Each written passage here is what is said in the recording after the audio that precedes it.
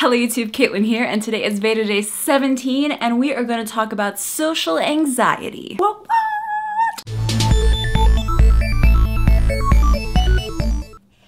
Breakfast. So I'm back from the woods and I didn't die, yay! I uploaded Veda Day 14, 15, and 16 all last night, so you guys should go over here and watch those videos. I'm actually really proud of them. I think they turned out really well for me being just kind of like, I don't know what I'm gonna do, but I'm gonna film something. I think they capture the essence of going camping with Kaitlyn. Also, it feels really nice to be clean. So when I got back, I was reading some comments on my last two back to school videos that I posted right before I went away. And on the one for social life back to school tips, Forever Unbelievably Nobody, which I'm kind of sad that that's your name, posted, but how can we have a social life if we have social anxiety? And I was like, this is a good point. I'm not sure if I've actually ever specifically addressed social anxiety. I've talked about introversion, but social anxiety is a little bit different than that. And while I am an introvert, very separate from that, I have to deal with social anxiety. A lot of times we think that only introverts can be socially awkward or socially anxious, but that's really not true. Anyone can have social anxiety. I've talked to extroverts who love being in a very people-heavy environment, but they have extreme social anxiety, and those two desires and feelings and fears like just clash, and it's awful for them. With being an introvert, sometimes it's really easy to say, oh, I just don't like to be around people because I'm an introvert, not because I'm socially anxious, when that is really what you're suffering from, and you could be an introvert but still actually like to be around people. Your level of introversion or extroversion isn't exactly something that you can change. It can change over time, but you can't just go like, I'm gonna become an extrovert. But how socially anxious you are is something that you can work on. I think the problem for a lot of people with social anxiety, and I know this was true for me, was that I didn't realize I had social anxiety.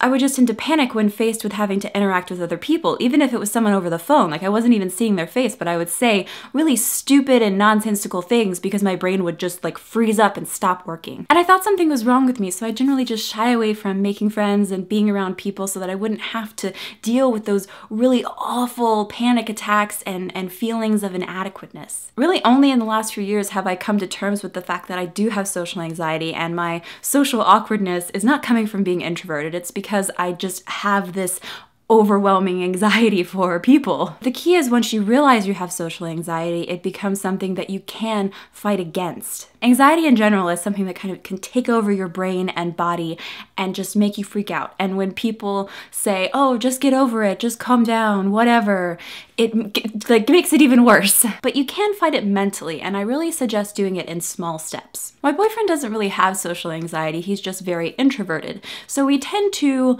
want to interact with people at about the same rate, but just for different reasons. However, we do try to put ourselves into situations with other people that we normally would not do, in which we have to interact with them, and because we're doing it together, it can make it a little bit easier. And then even if we only spend, say, 10 to 20 minutes at a party, when we leave, we're like, yes, you know, giving each other high fives, like we did it, we interacted with people, this is really great, and we celebrate. That may seem really silly to a lot of people, but being able to have that positive interaction and then like that celebration, that reward, I am more likely to go out in the future and do something like that again, and maybe spend a little bit longer at a party or a little bit longer talking to people. Or I'll try asking more questions to new people rather than having them just ask me questions and me answer them. Key is baby steps and finding someone who you can be accountable to. A lot of people suffer from social anxiety. There are more people than I ever imagined, and the internet has helped that a lot because a lot of my favorite YouTubers have come out and talked about their social anxiety, and I'm like, oh my gosh, I never would have expected that from you. So if you do get really socially anxious, just remember that that is not the end, that you can never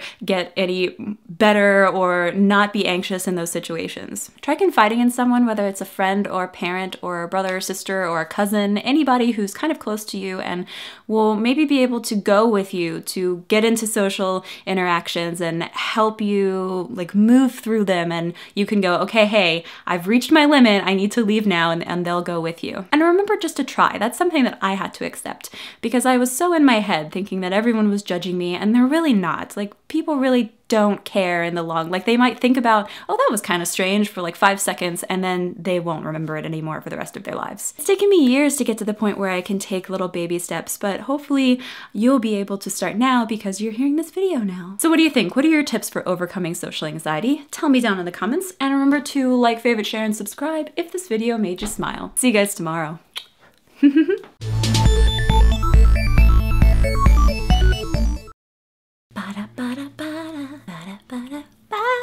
If It feels so nice to be clean. My hair is so silky. I just want to keep touching it, but I shouldn't because then I'll make it greasy. No touching my hair.